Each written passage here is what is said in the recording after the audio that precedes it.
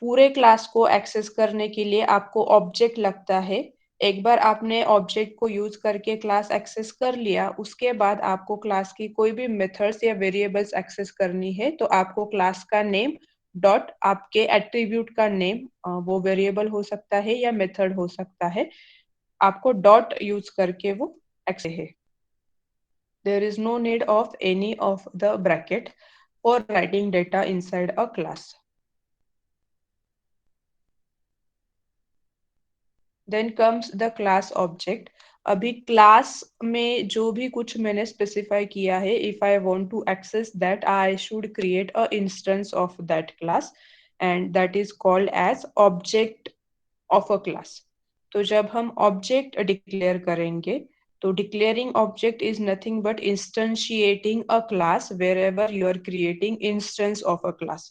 तो जब आपने object create करना है, first you have to decide what object name you are writing.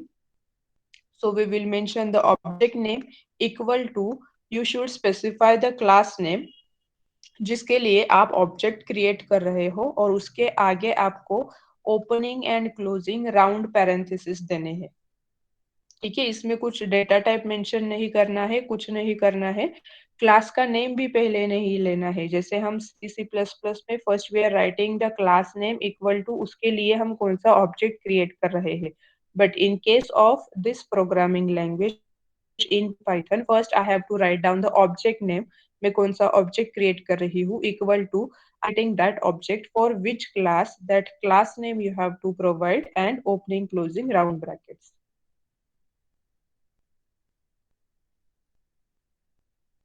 See this example.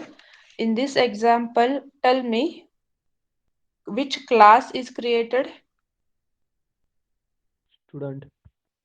It's a class. Then is there any object created inside this program?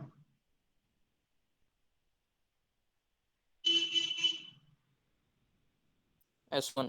S1. S1 is the object S1. created for the student class. इसमें class का data कौन सा है, class के variables या class के methods कौन से है?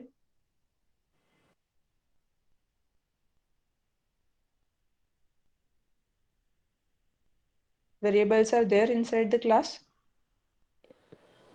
ATTR1. Yes, attribute 1 and ATR1 and ATR2. yes, those are the variables of the class. And any function is there, any method is there? Base Fun. function. Yes, Man, fun date function state. method. So class is the student. To access this class, one object has been created named as S1. Now using this S1, I can access this function of a class, that is fun, and I can access these two attributes, attribute 1 and attribute 2, which are the variable of the class. Okay. Now, if I execute this program, what will be the output?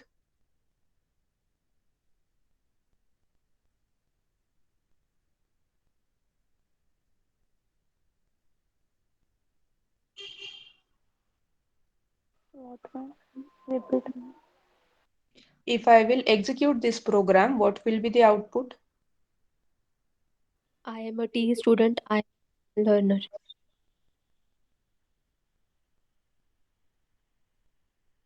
Yes, only two lines will be there inside the program. No, Execution out. ma'am. First line will be T student. Yes, first it will display the T student only, and then it will display that I am a T student and I am a Python runner. Why so? Because we have created the class. Class यहाँ पे खत्म हो गया हमारा। इस class में मैंने दो वेरिएबल्स और एक फंक्शन डाल दिया है। अभी ये क्लास को एक्सेस करने के लिए मैंने S1 नाम का एक ऑब्जेक्ट क्रिएट किया था, वो भी यहाँ पे मैंने लिख दिया। उसके बाद मैंने क्या लिखा, प्रिंट एक मेथड लिखा, that built in method print. उसके अंदर मैंने क्या प्रिंट किया, S1 डॉट एट्रीब्यूट 1। तो पहले it will not go inside my function. What I am doing, using the object AS1, I am accessing the variable of this class, and that variable is attribute 1. So it will first display you the value of attribute 1. So it will display T student first. Then it will execute the next line, which is a function call.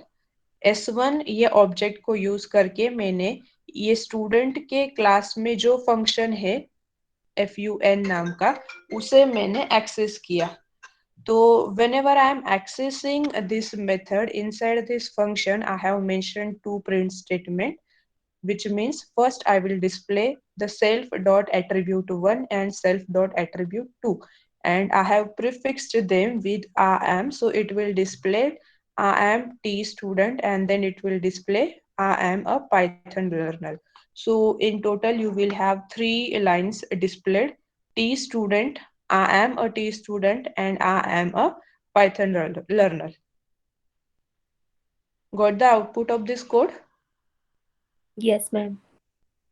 And one more thing, यहाँ पे मैंने अगर बस print attribute 1 लिखा होता तो वो display नहीं होता. Anything what is there inside the class, if you want to access, you have to make use of the object dot that particular variable name, object dot that particular function name you are accessing from the class. अभी ये function में जो self नाम का एक parameter लिखा है, आपको उसका मीनिंग पता है? What that self is?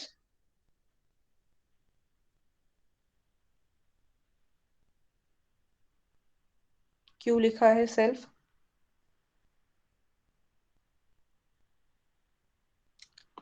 Now, whenever we are writing any function inside a program, that function. And it has the parameter self.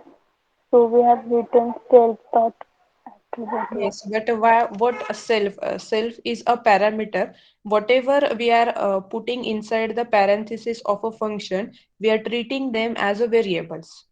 And to those variables, we are assigning some values. We are giving them, we are storing some information inside them. But here, whatever self parameter is used, that is not having any value, but still that self parameter is used inside the print methods of this function fun. So why this self only? It can access method and function of the class. Okay. So whenever you are writing class methods inside Python programming, a very initial parameter, the default parameter that you have to write is self parameter. अभी self के साथ आपको वो function में perform करने के लिए, operation करने के लिए जो भी parameters चाहिए वो आप specify कर सकते हो, but self is must, वो आपको लिखना ही है. क्यों?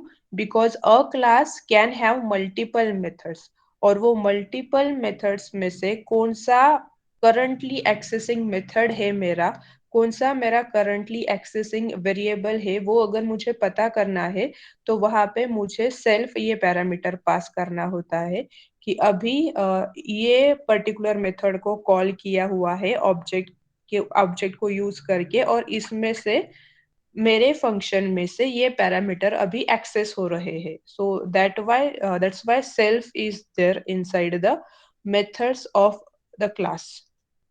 Class methods have one extra first parameter inside the definition. We do not give value for this parameter. ये जो parameter होता है self का, उसको कोई भी value assign नहीं की होती है. When we call the method, the method of self parameter is provided by the interpreter, by the compiler of Python itself whenever you are executing the program. If we have method that takes no argument, अगर हमारे पास ऐसा method है जिसमें मैंने कुछ भी पास नहीं किया है, still that method will have one argument and that argument is nothing but self. It is similar to the pointer concept of C++ and Java. तो सेल्फ ये कंपलसरी है, आपको लिखना ही है अगर आपके पास मेथड में पास करने के लिए और कुछ भी नहीं है. जैसे फन के मेथड में मैंने बस दो प्रिंट स्टेटमेंट लिखे हैं, मैंने कोई वेरिएबल्स यूज नहीं किए जिसपे मैंने ऑपरेशन परफॉर्म किया, फिर भी मुझे वो वाले फंक्शन को एक पैरामीटर पास करना पड़ा, दैट इज सेल्फ, और वो हमें करना ही पड़ेगा. जैसे इनिट मेथड हम यूज करते हैं कंपलसरी है, वैसे हमें सेल्फ पैरामीटर लिखना भी कंपलसरी है। Next is init method. तो init method acts as initialization of your object state। तो init लिखने से पहले आपको 2 बार अंडरस्कोर का साइन देना पड़ता है, 2 times underscore init, again 2 times underscore। It is like a constructor we are using in C++ and Java। So when we are using object for instantiating a class को access करने के लिए हम object use करते हैं, और object को initialise करने के लिए हमें कंस्ट्रक्टर लगता है, और पाइथन में वो कंस्ट्रक्टर है init method. Now init method is executed at the time of object creation। जैसे बाकी फंक्शंस को, बाकी मेथड्स को कॉल करने के लिए, एग्जीक्यूट करने के लिए हमें फंक्शन कॉल लिखना पड़ता है।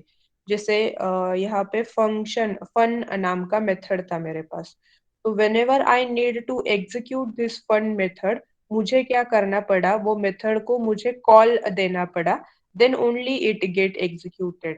बट इनिट मेथड जो आपके प्रोग्राम में रहती है, उसको अलग से फंक्शन कॉल देने की जरूरत नहीं होती। जब आपका ऑब्जेक्ट क्रिएट होता है, जब हम ऑब्जेक्ट क्रिएट करने के लिए कोई लाइन लिखते हैं, बाय दैट सेम टाइम आपका जो इनिट मेथड है वो कॉल हो जाता है। This method is useful to do any initialization you want to do with your object. जब भी आपका ऑब्जेक्ट इनिशियलाइज होगा, तब इनिट मेथड कॉल होगी। सेल्फ जैसे कंपलसरी है, वैसे इनिट लिखना भी कंपलसरी है। Now don't get confused with this init method. अगर एग्जाम में आपके पास इनिट मेथड होगा, लेकिन उसका रिलेटेड फंक्शन कॉल आपको नहीं मिलेगा, so you have to remind, you have to keep this thing in mind that init method के लिए function call नहीं होता है। जब भी आपका ऑब्जेक्ट क्रिएट होता है, बाय डिफॉल्ट init मेथड आपका एग्जीक्यूट हो जाता है, उसके लिए कौन सा भी आपको फंक्शन कॉल अलग से नहीं लगता। Now see this program, what is the class name and what is the object name inside this program? Ma'am, class name is person and object is P. Object is P. We have used how many methods inside this program?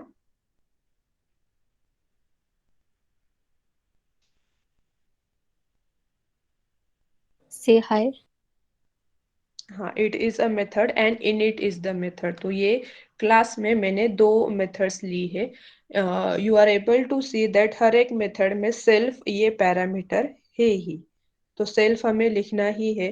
जब init specify किया हुआ है, तो वहां पे name करके एक और पैरामीटर मेंशन किया है, एंड say hi मेथड में बस एक ही पैरामीटर है।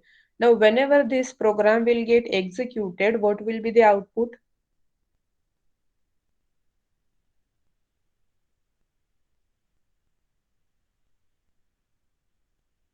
Hello, my name is Nikhil. Yes, it will display the same line which is given inside the print statement।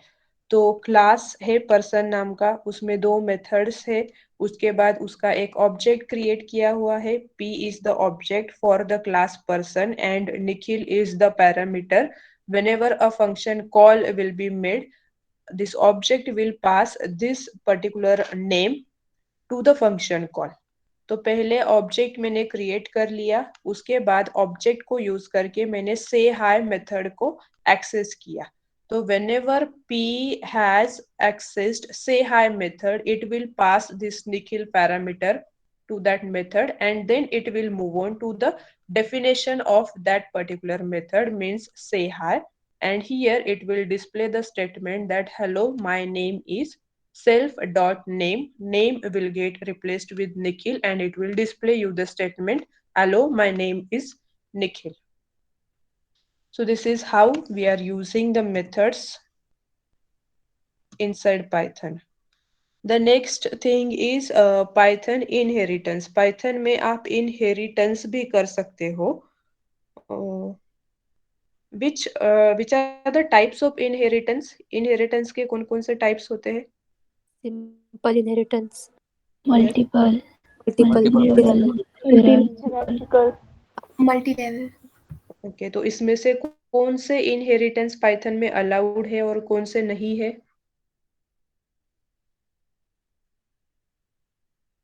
Single and multiple. Allowed नहीं है? Allowed. अलाउड है।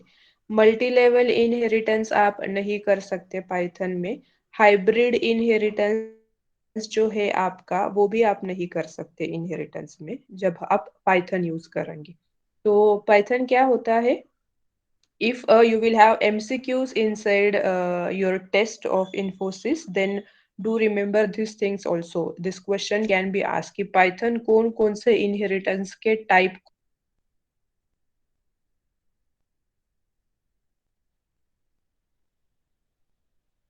support करता है। Ma'am, your voice is not audible.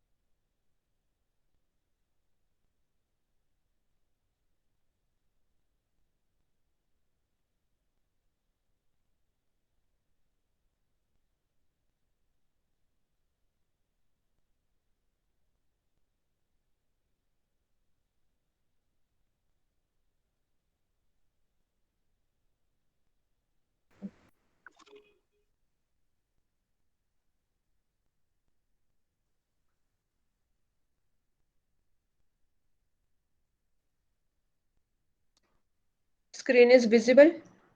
No, ma'am. No, ma'am.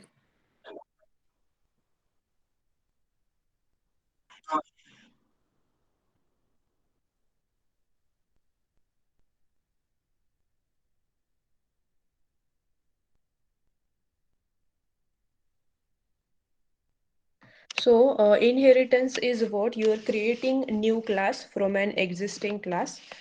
आपका जो existing class होता है उसे बेस क्लास भी बोलते हैं या फिर पेरेंट क्लास भी बोल सकते हैं उसे। एंड जो हम न्यू क्लास क्रिएट कर रहे हैं, that new class is called as a derived class और अ चाइल्ड क्लास। आपको पेरेंट क्लास जब क्रिएट करना है तो वो कैसे करना है? तो पेरेंट क्लास में कुछ अलग से नहीं है। It is like your normal class. We will see the difference only when we are creating the child class. Okay, तो पेरेंट क्लास कैसे क्रिएट करना है? सेम क्लास कीवर्ड होगा, क्लास का नाम होगा, कोलन, उसमें इनिट की मेथड होगी और बाकी आपको जो भी मेथड्स डालने हैं उसमें वो आप स्पेसिफाई कर सकते हो। हर एक मेथड में सेल्फ एक पैरामीटर होगा और बाकी आपको जो भी पैरामीटर्स डालने होंगे उसमें वो पैरामीटर्स होंगे और उसका कोड लिखा हुआ होगा। Now, if we talk about this particular class, object is X. It is created for the class person, or it is having two parameters, that class John and Doe. uh, they will get displays, they will get replaced with the variables, that is f name and last name.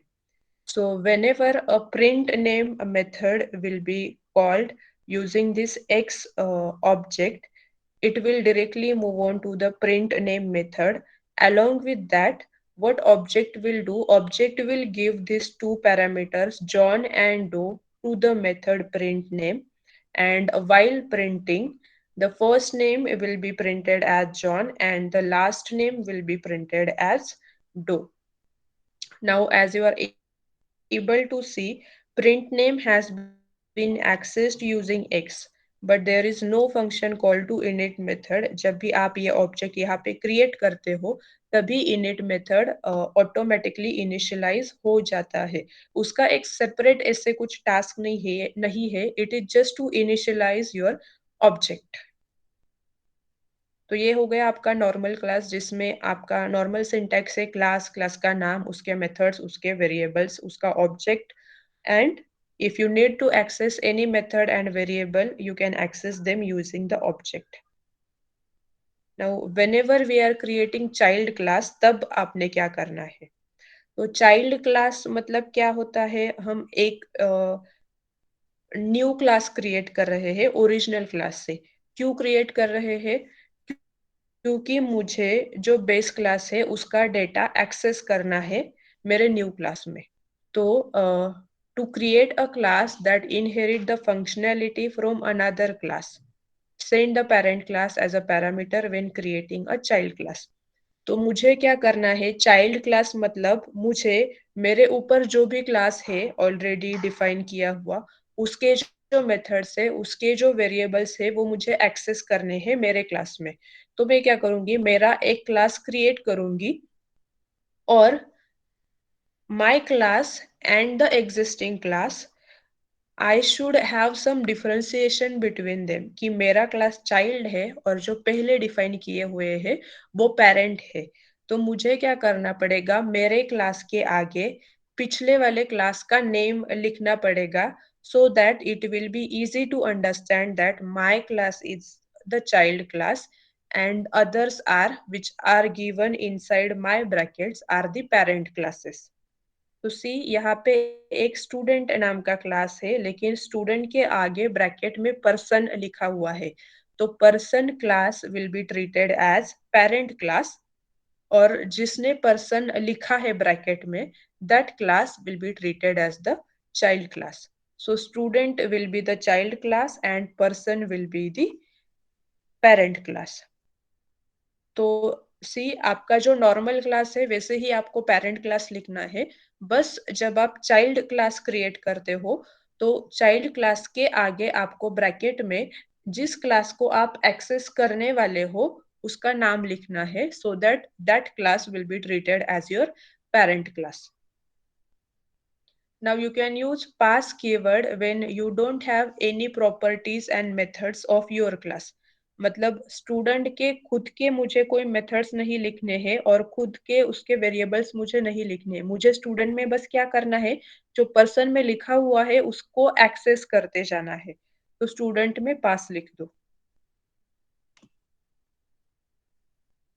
Now if जो मैंने student class create किया तो वो student class से मुझे क्या करना है, now the student class has the same properties and method as person class. Why?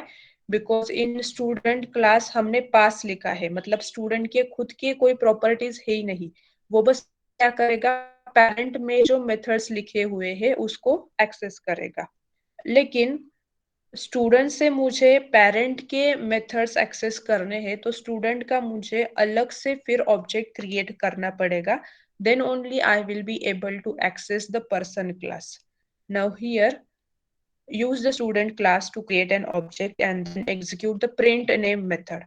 अगर मैंने x जो मेरा पेरेंट क्लास था उसमें भी x नाम का ऑब्जेक्ट मैंने क्रिएट किया था, और अब जब मैं स्टूडेंट क्लास से मेथड एक्सेस करने जा रही हूँ तभी भी मैंने x नाम का ही ऑब्जेक्ट क्रिएट किया है, तो will it be allowed?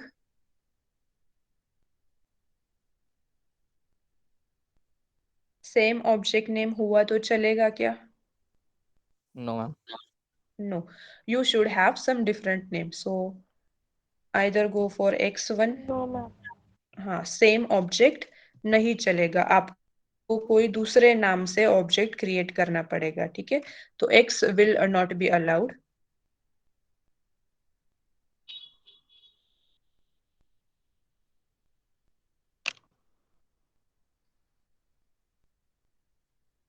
So we will write x1 over here. तो x1 नाम का मैंने ऑब्जेक्ट क्रिएट कर दिया।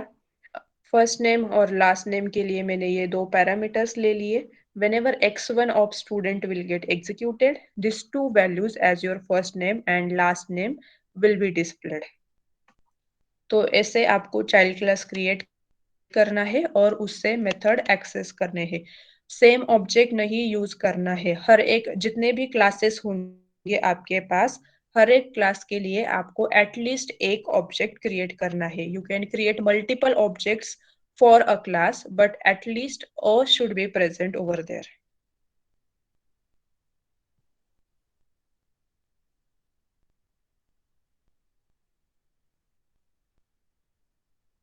देन अभी हम क्या करते हैं, जो स्टूडेंट वाला क्लास हमने एम्प्टी रखा था, जहाँ पे हमने पास लिखा था, उसमें अभी मुझे मेथड्स ऐड करते जाना है। तो पहले हमें उसमें इनिट मेथड ऐड करना होगा। तो क्लास स्टूडेंट, ये मेरा चाइल्ड क्लास हो गया। पर्सन, उसको मैंने पेरेंट क्लास बना दिया, और मैंने इनिट नाम की मेथड लिख दी इसमें। ठीक है। Now whenever you will add init method to the child class, the child class will no longer inherit parents init method. अगर आपने अलग से स्टूडेंट में init method लिखा, तो पेरेंट क्लास में जो init method है उसको हम एक्सेस नहीं कर सकते। होगा क्या कि चाइल्ड में हम जो init method लिखेंगे वो ओवरराइड करेगा पेरेंट के init फंक्शन को। और हमें क्या करना है, पेरेंट का जो है वो सेपरेट रखते जाना है, और जो चाइल्ड का है उसे सेपरेट करना है। मतलब चाइल्ड से मुझे चाइल्ड का इनिट मेथड भी एक्सेस होना चाहिए, और पेरेंट में मैंने जो लिखा है वो भी मुझे एक्सेस करते आना चाहिए। तो हम कैसे चेंजेस कर सकते हैं प्रोग्राम में? Class student person normal, init method student class का, और स्टूडेंट से मुझे पर्सन में जो है इनिट मेथड वो भी एक्सेस करना है। तो मैं लिखूंगी पर्सन क्लास नेम डॉट उसकी मेथड और उसके पैरामीटर। इससे क्या होगा, ये जो दोनों मेथड है इनिट नाम की वो ओवरराइड नहीं होगी। जब ये इनिट इनिशियलाइज होगा तो अलग से टास्क परफॉर्म होगा, और जब ये इनिट इनिशियलाइज होगा जो पर्सन के क्लास का है, तब अलग फंक्शनैलिटी परफॉर्म होगी। दोनों में ओवरराइड नहीं होगा। So we have successfully added init function and kept the inheritance of parent class, and we are ready to add functionality in the init function. दोनों जो init वाले फंक्शन है हमारे, वो एक दूसरे से रिप्लेस नहीं होंगे, ओवरराइड नहीं होंगे, कंफ्यूज नहीं होंगे। हमें क्या करना है, जो खुद के क्लास में है उसको init ही लिखना है, और दूसरे क्लास की जो मेथड हमें एक्सेस करनी है init वाली मेथड, तो वो क्लास का नाम डॉट इनिट मेथड ऐसे स्पेसिफाई करना है। अभी इनिट मेथड के पहले हम जो पर्सन क्लास का नाम मेंशन कर रहे हैं, हर एक, अभी हमारे पास दो ही क्लास है, एक पर्सन का है और एक स्टूडेंट का है। तो मुझे ध्यान में है पर्सन ये मेरा पेरेंट क्लास है एंड स्टूडेंट ये मेरा चाइल्ड क्लास है। But whenever you will have multiple classes in your program, and you have to remember that these many are your parent classes, और कौन सा पेरेंट क्लास आपको कौन से चाइल्ड क्लास में यूज करना है। तो इतना सब ध्यान में रखने से अच्छा आप क्या कर सकते हो, you can go for super function. Now what super function does, it will make child class inherit all the methods and properties from its parent class। ठीक है। वैसे भी हमें यहाँ पे तो पेरेंट क्लास का नाम लिखना ही है। बस हमें क्या करना है, whenever we are accessing the methods, उस टाइम पे हमें हर बार क्लास का नेम याद में नहीं रखना पड़ेगा। इसके लिए आप क्या यूज करोगे, before that init method just use super constructor, super function. It will by default automatically access the methods, the variables of your parent class. You do not have to use the name of parent class every time. It will automatically inherit the methods and properties from the parent. Now, whenever you will have this question inside your final exams, तो super.init and the parent class dot init both are having same name, तो उससे आपके output में कोई changes नहीं होंगे। ये चीज ध्यान में रखो, जब हम सुपर फंक्शन को कॉल करते हैं इनिट मेथड से पहले, तो सुपर क्या करता है, gate replaced with the parent element, और पेरेंट के जो मेथड्स है वो प्रॉपर्टीज वो हमें एक्सेस करने देता है। This is the use of super function. Super function समझ में आ गया सबको? It is just, instead of writing the class name of parent class, we can just mention the super. It will by default access the information from your parent class. तो यहाँ पे parent class dot init लिखो या super dot init लिखो, both are having one and the same meaning। ठीक है। तो जो पेरेंट क्लास डॉट इनिट से जो आउटपुट आ रहा था वही सुपर डॉट इनिट से भी आएगा आपका। Then will see Python file handling. तो जैसे जावा में हम फाइल्स एक्सेस कर सकते हैं, आपने किए होंगे प्रोग्रामिंग में कि write a C program to access any text file, write a C program to write content to the text file, ये सब प्रोग्राम आपने किए होंगे। हम क्या करते हैं, हमारे प्रोग्रामिंग लैंग्वेज में एक प्रोग्राम लिख के कोई भी टेक्स्ट फाइल, कोई इमेज फाइल में हम ऑपरेशन परफॉर्म्स करते हैं। जैसे एप्लेट, जावा सीखा है आप लोगों ने? जावा पता है आपको? No. No, ma'am. Yes, ma'am. Okay, No. तो जिनको पता है, एप्लेट का प्रोग्राम किया है आपने कभी?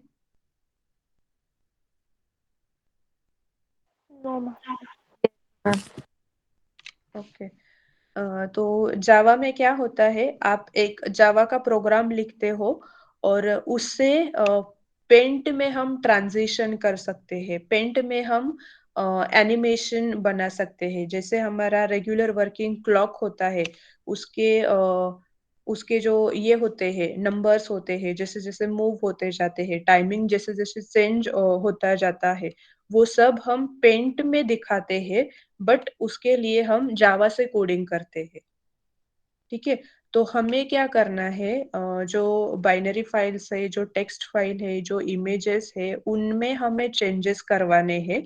बट उसके लिए हमें, अगर मुझे इमेज में चेंज करवाना है तो मुझे उसके लिए फोटोशॉप सीखने की जरूरत नहीं है, मैं पाइथन का प्रोग्राम लिख के भी वो चेंजेस कर सकती हूँ।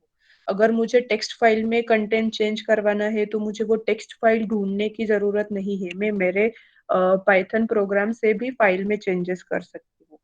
तो ये सब चीजें करने के लिए, फाइल हैंडलिंग के लिए, आप जो भी प्रोग्रामिंग लैंग्वेज आपने सीखी है उसका यूज कर सकते हो।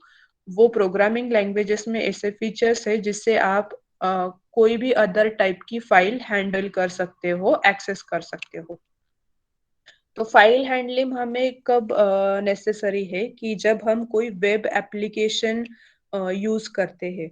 जैसे आपका ऑनलाइन एग्जाम फॉर्म फिलिंग है या स्कॉलरशिप का फॉर्म फिलिंग है, जो भी आप डेटा सबमिट करते हो वो बैकग्राउंड में डेटाबेस में स्टोर होते जाता है। ठीक है, एक्सेल फाइल में स्टोर होते जाता है। तो क्या किया है, जिसने भी वो वेब एप्लीकेशन डिजाइन किया है उसने कोई तो प्रोग्रामिंग लैंग्वेज यूज की होगी, पीएचपी यूज किया होगा, एचटीएमएल यूज किया होगा, डॉट नेट यूज किया होगा। तो वो लैंग्वेज से वो क्या कर रहा है, आपका डेटाबेस मेंटेन कर रहा है। तो हर टाइम डेटाबेस में एंट्री करने के लिए आपको एसक्यूएल एक्सेस करने की जरूरत नहीं है, ओरेकल इंस्टॉल करने की जरूरत नहीं है। आपको बस क्या करना है, ऐसे प्रोग्राम करना है so that whatever content you are writing inside your web page will be automatically get stored inside your database. तो वैसे हम पाइथन से भी कर सकते हैं। And generally file handling is important in case of web application, जहाँ पे हम हर एक टाइप का कंटेंट एक ही बार एक्सेस नहीं कर सकते। तो Python has several functions like you can create a file, you can read file, update file and delete file using Python. ठीक है, तो की function for working with Python is the open function. कोई भी फाइल हमें create करने के बाद जब हमें फाइल में से कंटेंट रीड करना होता है या वो कंटेंट को अपडेट करना होता है, उसमें चेंजेस करने होते हैं या फिर उस फाइल को डिलीट करना है हमें, तो पहले मुझे क्या करना पड़ेगा, वो फाइल को ओपन करना पड़ेगा। जनरली व्हेनेवर, नॉर्मली भी हम कोई भी फाइल जब ओपन करते हैं तो ओपन करने के लिए हमें क्या लगता है, वो फाइल का नाम पता होना जरूरी है, तभी हम उसके डबल क्लिक करके वो फाइल को ओपन कर सकते हैं। इन सेम वे पाइथन में जब आपको फाइल हैंडलिंग करना है तो फाइल ओपन करने के लिए आपको एफ ओपन नाम का फंक्शन यूज करना होता है। और ये फंक्शन को दो पैरामीटर आपको पास करने होते हैं। First is your file name. जो भी फाइल नेम आप स्पेसिफाई करते हो वो फाइल नेम को आपको डबल कोट्स में या सिंगल कोट में मेंशन करना होता है, and it is not like you will just write down the file name कि स्टूडेंट नाम का फाइल है, पेरेंट नाम का फाइल है, कॉलेज नाम का फाइल है, वो फाइल का एक्सटेंशन क्या है वो भी आपको मेंशन करना होता है. So it is student dot exe, it is student dot txt, it is student dot png, वो भी आपको मेंशन करना होता है as a file name. And then आपको मेंशन करता है मोड ऑफ ऑपरेशन. आपको वहां पे लिखना है कि कौन से मोड में आप वो फाइल ओपन करना चाहते हो. तो for that mode 4 different modes methods are given. Read method, append, write and create. तो रीड मोड में आपको अगर कोई फाइल बस रीड करने के लिए ओपन करनी है तो आपको आपके फाइल का नाम कॉमा डबल कोट्स में आर लिखना है कि I want to open this particular file for reading. अभी आपको पता होना चाहिए कि जो फाइल आपको रीड करने के लिए ओपन करनी है वो एग्जिस्ट है या नहीं है. ठीक है, वो फाइल अगर एग्जिस्ट ही नहीं है then it will give you the error that the file name you are typing does not exist. तो कई बार क्या होता है हमारे पास फाइल भी होती है बट जहाँ पे हम फाइल नेम टाइप करते हैं ना हमारे हमसे कोई टाइपिंग मिस्टेक हो जाती है और वो फाइल का नाम मिसमैच होता है, तो इसलिए भी वो एरर देता है. तो आपको अच्छे से फाइल का नाम टाइप ना होता है.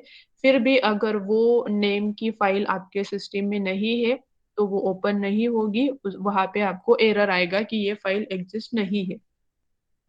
जब आप प्रोग्राम करते हो तो जो भी टेक्स्ट फाइल, जो भी इमेज फाइल आप एक्सेस करने वाले हो वो फाइल का लोकेशन और आपके पाइथन प्रोग्राम का लोकेशन सेम होना चाहिए. Generally, whenever we are accessing another any type of file using Python, the location of those files and your Python file should be same. जब भी आप पाइथन का प्रोग्राम सेव करने जाते हो तो आपको एक पाथ मिलता है वहां पे, तो वो पाथ में ही आपको आपकी टेक्स्ट फाइल भी सेव करनी है. तो रीड करने के लिए आपको आर स्पेसिफाई करना है वहां पे. अगर आर आपने नहीं भी लिखा तो भी बाय डिफॉल्ट आपकी फाइल रीड मोड में ही ओपन होती है. तो बस आपने अगर टेक्स्ट फाइल का नाम मेंशन किया तो वो बाय डिफॉल्ट रीड मोड में ओपन होगी.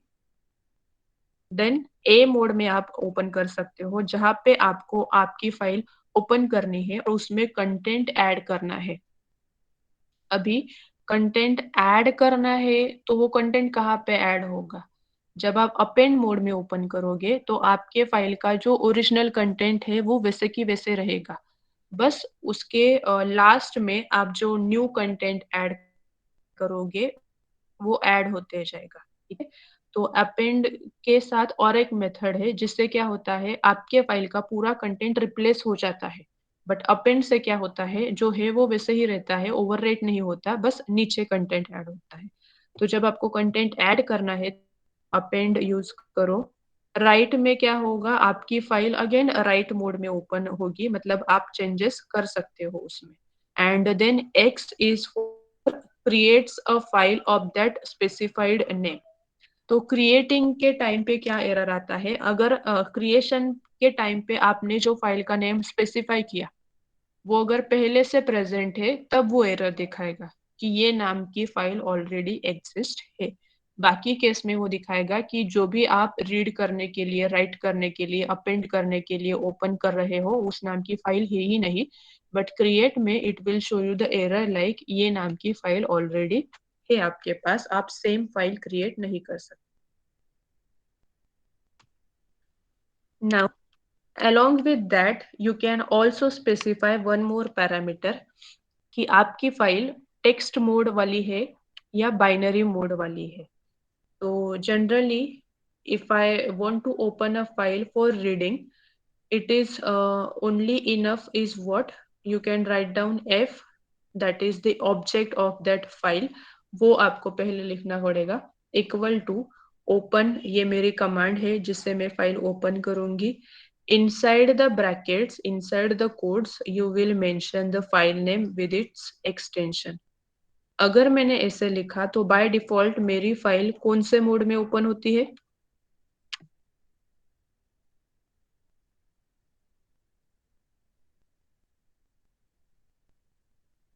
जो भी हमने 4 मोड देखे अभी, रीड, अपेंड, राइट, क्रिएट, अगर मैंने बस मेरे फाइल का नाम ही मेंशन किया तो बाय डिफॉल्ट ये फाइल कौन से मोड में ओपन होती है?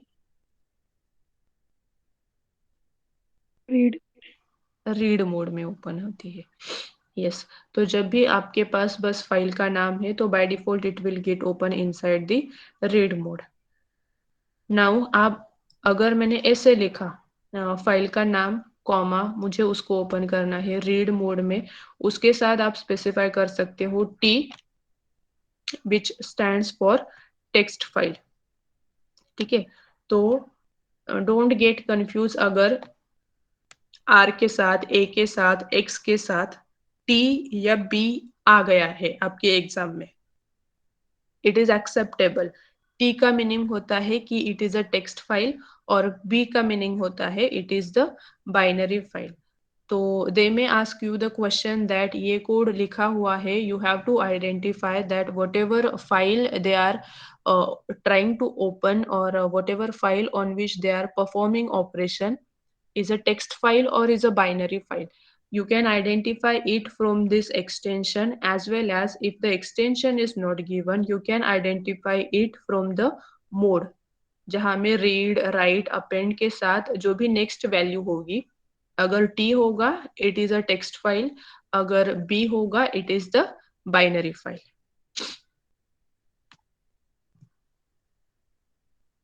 जब भी आपको फाइल रीड करनी है तो F is equal to open, आपके फाइल का नाम कॉमा R आपने लिख दिया।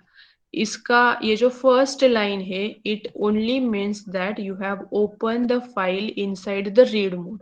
वो कंटेंट रीड करके नहीं दिखाने वाला है जब तक आप रीड करने के लिए कोई कमांड नहीं लिखोगे। ठीक है, वो बस ओपन करेगा फाइल। तो उसको अगर मुझे रीड करना है तो मुझे लिखना पड़ेगा f.read.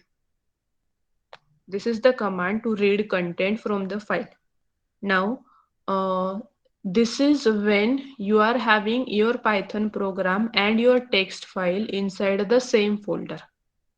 अगर आपका प्रोग्राम दूसरे लोकेशन पे है और जिस फाइल को आप एक्सेस करना चाहते हो वो अलग लोकेशन पे है, तो आपको पूरा पाथ देना पड़ेगा जहां से आप वो फाइल को एक्सेस करना चाहते हो। तो path will be given when the text file and Python file are two at different location, and just the file name when both are at same location. Next, अगर आपको आपके फाइल में से कुछ ही कंटेंट रीड करना है, ठीक है, अगर आपके एग्जाम में ऐसे होगा कि f.read5, तो इसका मीनिंग क्या है? आपकी फाइल रीड मोड में ओपन होगी और जो भी कंटेंट आपने रीड किया है यूजिंग दिस रीड कमांड वो प्रिंट हो जाएगा आपके आउटपुट स्क्रीन पे। बट ये 5 का मीनिंग क्या है? तो आपके फाइल के पहले 5 लेटर जो होंगे, first 5 letters, first 5 characters, those only will gate red and will be displayed on your screen. तो जितना भी आपको कंटेंट रीड करके डिस्प्ले करवाना है वो वैल्यू आपको यहाँ पे लिखनी है कि कितने कैरेक्टर्स आपको डिस्प्ले करवाने हैं रीड करके। Then read lines is also a thing. तो ब्रैकेट में जो वैल्यू हम लिखते हैं that many characters only will get display. अगर आपको आपके फाइल में से कुछ लाइंस डिस्प्ले करवानी है तो आप यूज कर सकते हो f.readline फंक्शन। तो एक बार आपने रीड लाइन लिखा तो आपकी फर्स्ट लाइन जो होगी वो डिस्प्ले होगी, रीड होगी। जितने लाइंस आपको डिस्प्ले करने हैं उतने बार आपको रीड लाइन फंक्शन लिखना पड़ेगा। By calling read line 2 times, you can read the 2 first lines of your text file. तो रीड लाइन से आपके लाइंस रीड होते हैं। बस अगर आपने रीड लाइन लिखा तो फर्स्ट लाइन आपकी डिस्प्ले होगी। जितने लाइंस आपको डिस्प्ले करना है उतने टाइम्स रीड लाइन लिखते जाओ। Now, instead of read line and the number of characters, instead of the read lines number of times you want to display the line, आप क्या कर सकते हो? आप उस पे for loop लगा सकते हो। जिससे क्या होगा, वो कंटिन्यूअसली लूप होते जाएगा जब तक आप आपके फाइल के लास्ट कैरेक्टर तक नहीं पहुंचते और सारा कंटेंट उसमें डिस्प्ले होगा। देन आपका ओपन का सिंटैक्स ये हो गया कि आपने रीड मोड में ओपन किया। उसके बाद आप क्या करोगे, फाइल में आपका जो भी कंटेंट है उसको आप एक्स से पॉइंट आउट करोगे, और जब तक कंटेंट होगा inside the file every letter will get displayed. तो आप फॉर लूप भी लगा सकते हो।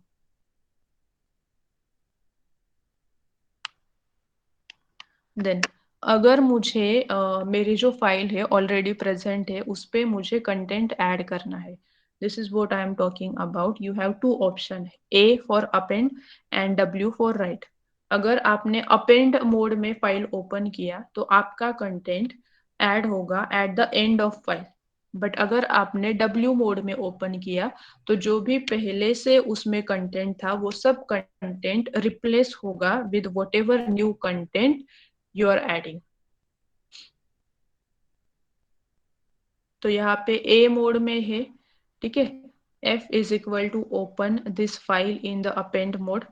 अपेंड मोड में ओपन करने से जो भी आप नेक्स्ट कंटेंट राइट करोगे वो ऐड होगा at the end of file. तो जो भी एग्जिस्टिंग है उसमें ये लाइन और ऐड हो जाएगी, now the file has more content, ठीक है, इन द अपेंड। और जब आप रीड करोगे उसको तब आपको पता चलेगा कि वो लास्ट में ऐड हुई है वो लाइन या नहीं।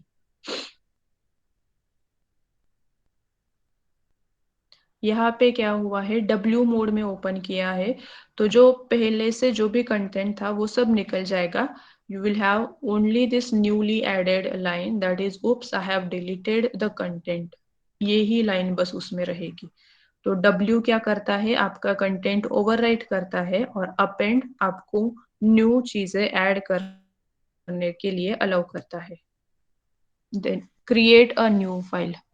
तो क्रिएट के लिए आपके पास पैरामीटर आपको ओपन ही यूज करना है। फिर से फंक्शन कॉल ओपन होगा, f is equal to open bracket में जो आप फाइल को नाम देने वाले हो वो नाम, कॉमा उसके आगे होगा x which will create the file, a which will create the file so that you can add content, and w create a file for writing something।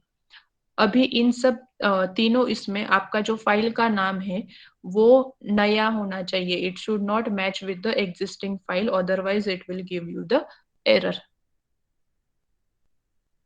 Open file name X mode W mode. Then comes delete file. आपके पास कोई भी file है और उसको आपने delete करना है तो उसके लिए डिलीट नाम का कमांड नहीं है। उसके लिए आपको क्या करना पड़ता है, you have to contact with the OS module. जैसे मैथ फंक्शन के लिए हम मैथ के पास जाते हैं, जैसे ग्राफ्स के लिए हम मैटप्लॉटलिब में जाते हैं, जैसे एरेस के लिए हम नमपाई में जाते हैं, वैसे आपको अगर कोई फाइल डिलीट करनी है आपके सिस्टम में से using a program, you have to first import OS module and then you have to use the command remove of that OS module. तो आपको पहले OS नाम का जो मॉड्यूल है उसे इंपोर्ट करना है, then OS module name dot its function name remove and specify the name that you want to delete for a file। अगर आपको कोई फाइल एग्जिस्ट है या नहीं है वो चेक करवाना है। जैसे हम फाइल का नाम लिख देते हैं, उसको ओपन करने का ट्राई करते हैं बट वो दिखाता है कि इस नाम की फाइल है ही नहीं, तो उतना कोड करने से पहले हम क्या करेंगे, पहले एग्जिस्ट है या नहीं वो चेक कर लेंगे, बाद में उसको ओपन करेंगे। तो एग्जिस्ट है या नहीं, again you have to contact with the OS module, तो उसको इंपोर्ट कर लो। इंपोर्ट करने के बाद अगर OS के मॉड्यूल में पाथ वाले सब मॉड्यूल में इस फाइल का पाथ एग्जिस्ट होगा, प्रेजेंट होगा, तो वो आपको वो पर्टिकुलर फाइल दिखाएगा, else it will show you that this particular file does not exist. Delete करने के टाइम पे भी अगर आपने फाइल का नाम डाला और वो नाम की फाइल प्रेजेंट नहीं है तो वहां पे एरर आएगा। उससे अच्छा क्या कर लो, पहले चेक कर लो यूजिंग path.exist कि वो फाइल प्रेजेंट है क्या है, तो उसे रिमूव कर दो, डिलीट कर दो, नहीं तो प्रिंट करवाओ कि इस नाम की फाइल नहीं है। अगर आपको फोल्डर रिमूव करना है देन RMDIR रिमूव डायरेक्टरी, जिसे हम फोल्डर बोलते हैं उसको पाइथन में डायरेक्टरी बोला जाता है। तो remove RM stands for remove and DIR is directory. जो फोल्डर को आपको डिलीट करना है उसका नाम मेंशन कर दो। फोल्डर को कोई एक्सटेंशन नहीं होता, you just have to mention the folder name, but it is having one condition कि जो फोल्डर एम्प्टी है आप उसे ही क्लियर कर सकते हो। तो अगर क्लियर करना है, आपको कोई फोल्डर डिलीट करना है, तो पहले आपको ये करना पड़ेगा, आपको सब फाइल्स डिलीट करने पड़ेंगी पहले using os.remove and then you can delete the folder. The last one is close a file. We are opening a file, we are performing the operations and we are closing every file. In same way, अगर हमने programme में से कोई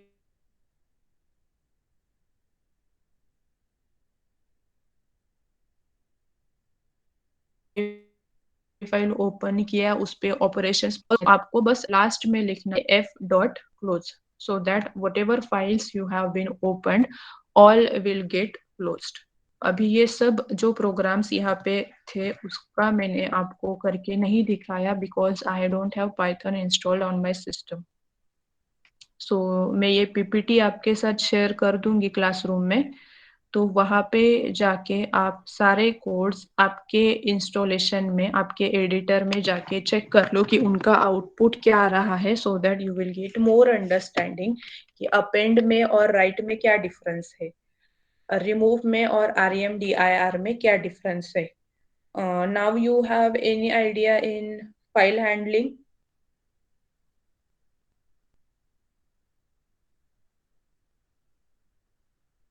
file handling में कुछ doubt है?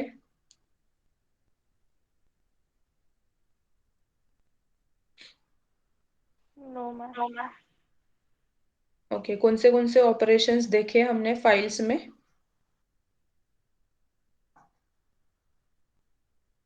Which operations I can perform on a file?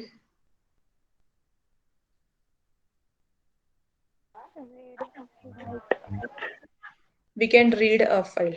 ठीक है, बाय डिफॉल्ट अगर मैंने बस फाइल का नाम ही मेंशन किया है while opening the file, तो वो फाइल कौन से मोड में ओपन होती है? Read mode. Open inside the read mode. Append mode में और राइट मोड में क्या डिफरेंस है? In append we can add, and in write it will overwrite. It will overwrite. अगर मुझे कोई फाइल डिलीट करवाना है या कोई फोल्डर डिलीट कराना है, तो मुझे कौन सा मॉड्यूल इंपोर्ट करना पड़ता है? रिमूव। मॉड्यूल कौन सा लगता है मुझे? OS module. OS नाम का मॉड्यूल पहले मुझे इंपोर्ट करना होता है। फाइल डिलीट करवानी है तो कौन सी कमांड है, और फोल्डर के लिए कौन सी कमांड है?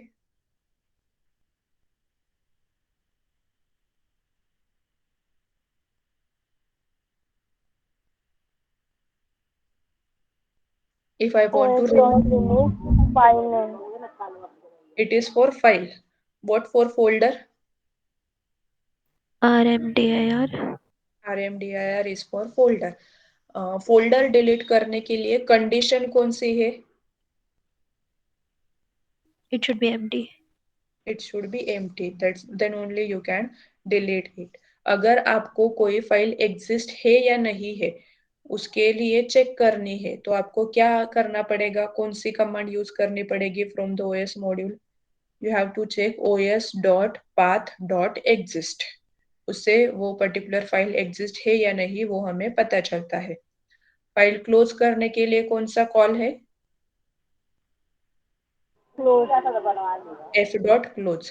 कोई भी फाइल पे आप कोई भी ऑपरेशन परफॉर्म करोगे तो पहले आपको फाइल का ऑब्जेक्ट क्रिएट करना होता है, जो यहाँ पे हर एक इसमें f लिखा था, तो that f is nothing but object of your file. उसके आगे आपको फाइल के सब कमांड्स यूज करने होते हैं। वन मोर थिंग, अभी यहाँ पे जो x है, ये x के आगे मैंने b लिख दिया, तो इसका मीनिंग क्या होगा? It is a binary form. Yes, it is the binary file. How to create a child class?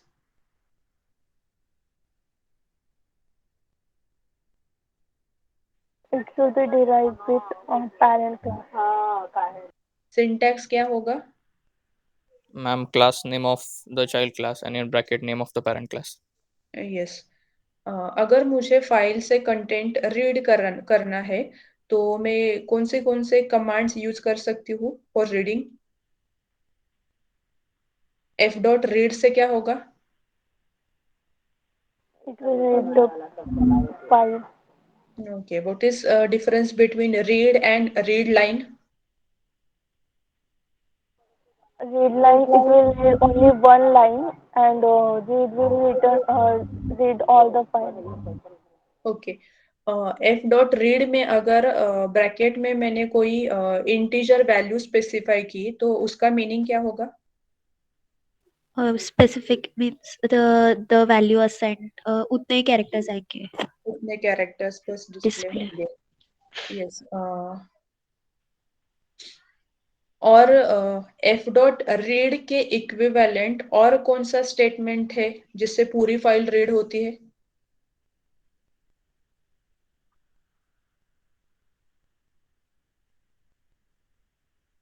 और कौन सा एक वे है जिससे मैं पूरी फाइल रीड कर सकती हूँ? For loop.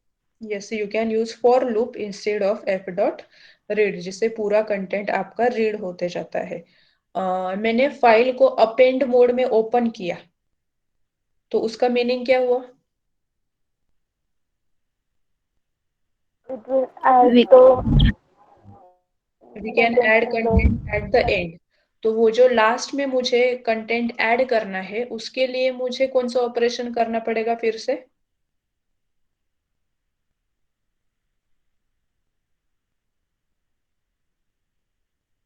फाइल आपने अपेंड मोड में ओपन कर दी, अभी जो भी आप ऐड करोगे वो लास्ट में ही जाएगा, लेकिन वो ऐड करने के लिए क्या कमांड चाहिए आपको?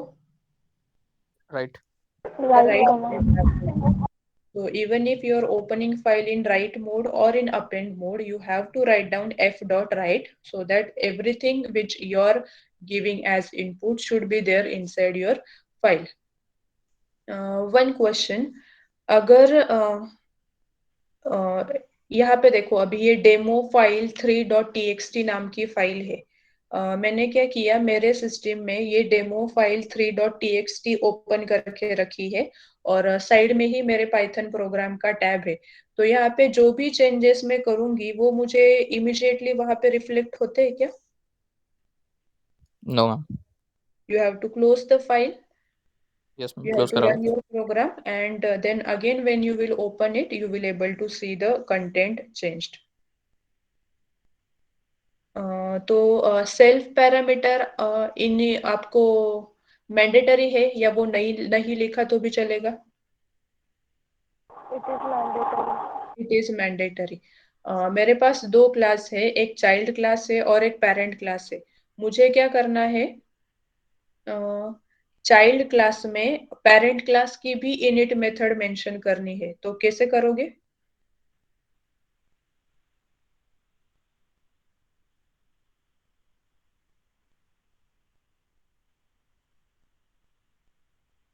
क्या कर सकते हैं, चाइल्ड क्लास में मुझे पेरेंट क्लास की इनिट मेथड यूज करनी है.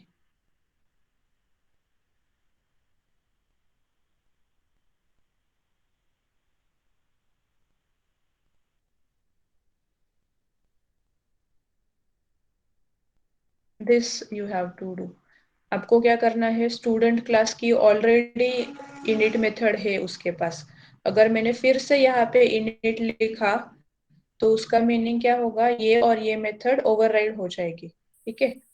और यहाँ पे मैं दो बार इनिट नहीं लिख सकती, दो बार इनिट मेथड डिफाइन नहीं कर सकती, उसमें भी वो एरर देगा. तो मुझे ये जो इनिट है ये पेरेंट की है स्पेसिफाई करना है. तो मुझे इनिट के पहले वो पेरेंट क्लास का नाम एंड डॉट मेंशन करना है. अगर मुझे पर्सन डॉट पेरेंट क्लास का नाम मेंशन नहीं करना है तो उसके लिए और क्या मैं कर सकती हूँ?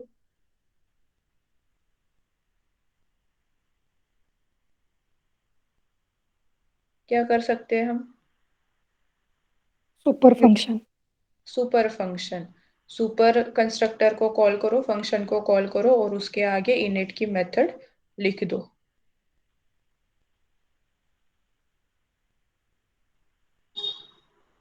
So any doubt in the classes, in the inheritance, in the objects, and in the No. file handling?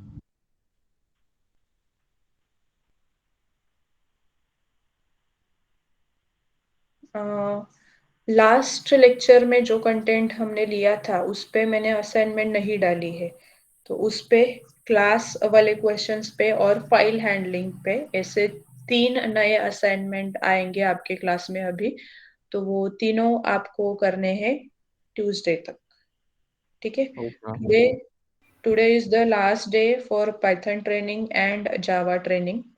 अभी तक जो भी पीपीटीज हमने आपको सिखाए हैं वो सब आपके क्लासरूम में शेयर हो जाएंगे। असाइनमेंट भी आपके पास है, वो भी आपको सॉल्व करने हैं। मैंने आपको W3 स्कूल बोला था, वो आपको करना है।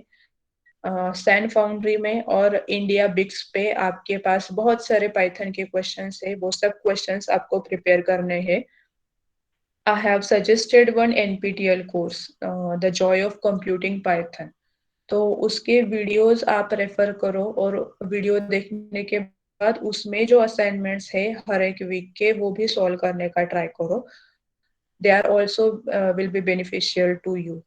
अभी इसके अलावा आपको और कुछ है जो हम कर सकते हैं for clearing your Python doubts? जो भी होगा आप इन साइट्स को रेफर करो, इसमें आपको जो क्वेश्चंस है वो रेफर करो, उसमें कोई भी डाउट है तो आप मुझे कॉल कर लो या मैसेज कर लो, we will solve that doubt. But अभी तक स्टार्टिंग से अभी तक हमने जो कंटेंट लिया उसमें आपको कोई डाउट है, कोई पॉइंट आपके समझ में नहीं आया ऐसे है?